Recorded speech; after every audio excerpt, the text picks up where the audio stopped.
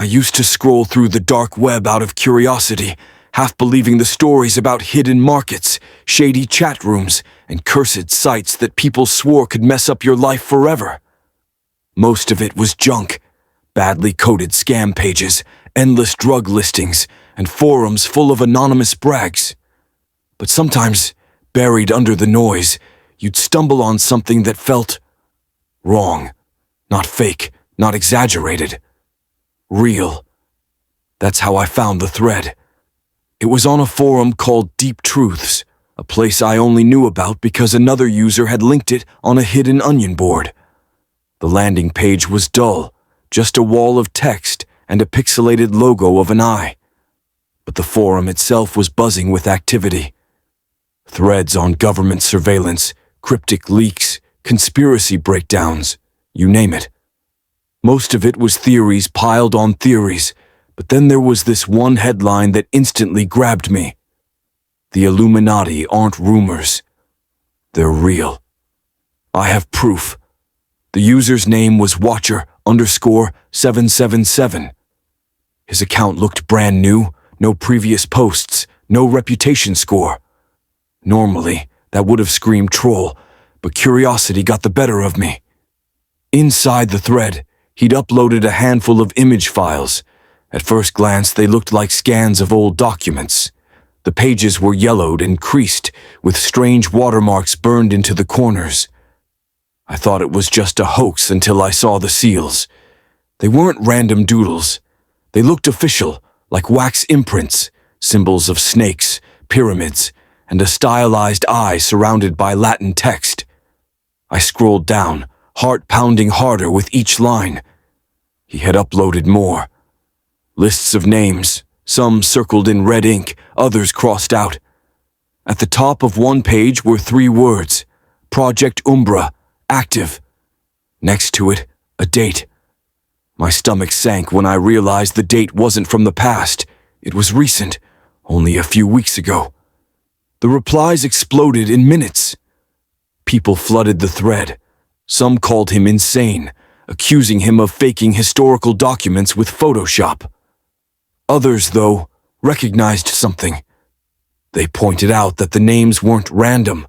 These were CEOs of massive corporations, politicians who'd made shocking policy changes, and even 2 social media influencers who had gone viral seemingly overnight. The deeper I went, the worse it got. There were handwritten notes in the margins, scrawled in a dark, almost brown red ink. It looked like dried blood.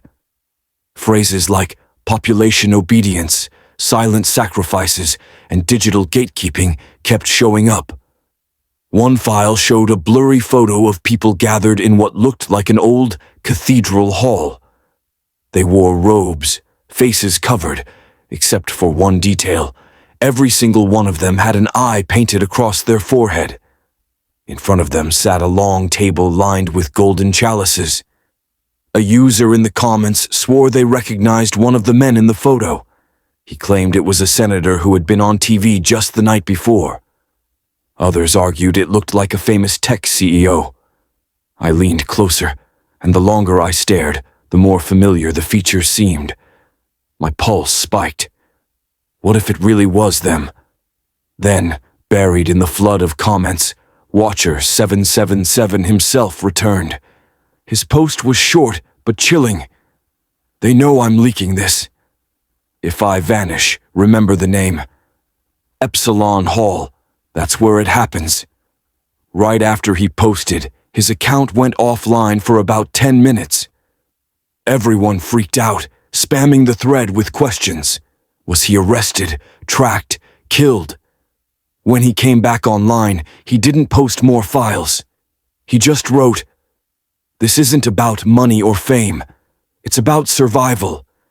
If you see this thread disappear, it means they've reached me." I didn't even realize how long I'd been staring at my screen. My room felt colder, the silence heavier. For the first time in my life, I actually believed the stories about the dark web not being just a playground for criminals, but a place where truths slipped through, truths we weren't supposed to see. And deep down, I knew one thing for certain. I should have closed that tab the second I saw the word Illuminati. The next 24 hours felt like living with a gun pointed at the back of my head. When I logged back into Deep Truths the following morning, the Illuminati thread was gone. Not just locked or buried, completely erased. If I hadn't saved the page in my browser history, I might have believed I imagined it. In its place was a bland system message. Thread not found. But I wasn't the only one who noticed. Private messages trickled into my inbox from other users. Did you save the files? Don't repost them. They'll come for you. He's already gone. Stop digging gone. The phrase rattled around in my head. I checked Watcher 777's profile. Blank. His posts, his comments, even his username in old threads, erased like he had never existed. I scrolled back further, but it was as if someone had surgically removed him from the entire forum. Not banned, not deleted. Wiped clean. That was when my chest tightened. Because I had done the one thing everyone told me not to do. I had downloaded the files. My laptop's hard drive felt like a ticking bomb. I opened the folder just to be sure, half hoping they'd somehow vanished too. No such luck. The scans, the photos, the notes, they were all still there. But one file I hadn't noticed before made my blood run cold. A digital image of an invitation card. Black with gold embossed lettering in Latin, ad ascensum. Translation, the Ascension. Below that, a location was listed, a place called Epsilon Hall. I minimized the folder and leaned back, rubbing my face, trying to convince myself it was just an elaborate prank. Maybe some underground ARG. But the unease clung to me, especially when I remembered his warning. If I vanish, remember Epsilon Hall. That night I barely slept. Every sound outside my apartment made me twitch. Around 3 a.m, as I lay in bed with my phone on the pillow beside me, it buzzed. A call. No caller ID. I stared at the screen, pulse hammering. No way I was answering. But then, a message came through seconds later. 3 words that made me sit bolt upright. Delete the files. No name, no number, just those words. I dropped my phone like it was burning my hand. My room was silent, but it didn't feel empty. I grabbed the phone again, checked if it was a prank. But the message wasn't from any app I knew. It had no metadata, no number attached, just floating there like it came from nowhere. My mind spiraled. How did they know I had the files? Was my connection traced? Was someone inside the forum feeding them names? I yanked my laptop shut, unplugged the router, but that did nothing to slow the panic racing through my chest. By morning, my exhaustion was so thick, it felt like my body weighed twice as much. Still, I forced myself to check the forum again. Maybe it was all paranoia. Maybe the thread was back. It wasn't. Worse, whispers had started in the private chat rooms. People claimed they'd seen Watcher 777's name appear on something called a Deadpool list, a supposed internal blacklist used by the Illuminati. No one explained how they knew it existed, but the implication was clear. Once your name showed up, you didn't have long. I sent messages to a few users I'd trusted before, asking if they still had copies of the files. Most never replied. One finally did, but the answer didn't calm me. Delete them. He's gone. Don't be next. That night, my paranoia hit its breaking point. I woke up to a crackling noise. My speakers. Static. I hadn't even turned the computer on. The monitor glowed faintly in the darkness, a text editor open that I didn't remember launching. Words typed themselves across the blank screen in slow, deliberate strokes, as if someone on the other side was pressing the keys for me. We warned you. My breath caught in my throat. I lunged forward and yanked the power cord from the wall, plunging the room into silence. My reflection stared back at me from the black screen, pale and wide-eyed.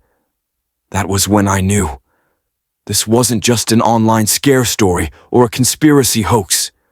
Someone was reaching directly into my life. Someone who wanted me afraid. Someone who knew exactly where I was. After that night, I couldn't pretend anymore. The Illuminati weren't just an internet story, some fringe group of conspiracy nuts rambling about symbols on dollar bills. They were real, and I was in their line of sight. I stopped sleeping in my bed, rotating between the couch and the floor like it mattered.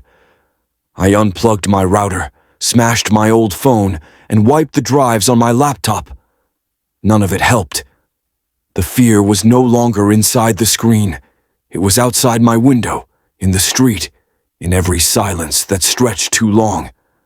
But I couldn't bring myself to delete the files. That folder was the only proof that I hadn't lost my mind. It contained the names, the seals, the rituals. And then there were the maps. That was the detail I hadn't noticed until I went back through the documents one more time. A few of the scanned pages showed architectural drawings, blueprints of underground tunnels.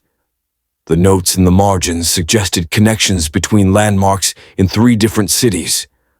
I froze when I saw one name circled in heavy red ink, a building less than a mile from where I lived. It was an old church, half abandoned, the kind of place you'd walk past without noticing. And written next to it in messy scrawl were 2 words, Epsilon Hall. My throat went dry. All this time, the place he had warned us about wasn't some far-off, unreachable location. It was practically in my backyard. I told myself not to go, not to even think about it, but the thought gnawed at me all day. If I didn't at least check, I'd never be able to sleep again. That night, armed with nothing but a flashlight and adrenaline, I walked toward the church. The streets were empty, but I couldn't shake the feeling of eyes tracking me. The building looked worse up close, windows boarded, bricks crumbling. But there was a side door, half hidden by overgrown weeds, and on it was a mark. A faded triangle with an eye drawn inside. My stomach turned to ice. I didn't go in. I couldn't. Instead, I ran. I sprinted all the way back to my apartment, my flashlight beam bouncing wildly off the pavement. When I finally slammed the door behind me, gasping for air, I thought I was safe. But I was wrong, because parked across the street was a black SUV. Its engine was off, its windows tinted, but I knew it was occupied. I could feel it. I waited at the window for hours, too terrified to move, until the first light of dawn crept across the horizon. When I finally dared to peek again, the SUV was gone. Relief hit me for about 5 seconds. Then I saw it. A card taped to my apartment door. It was black, thick, with the same embossed golden pyramid and eye I had seen in the documents. No words, no explanation, just the symbol. My hands shook as I peeled it off, and when I flipped it over, my blood ran cold. Scrawled on the back in jagged handwriting were the same 3 words I had seen on my computer screen.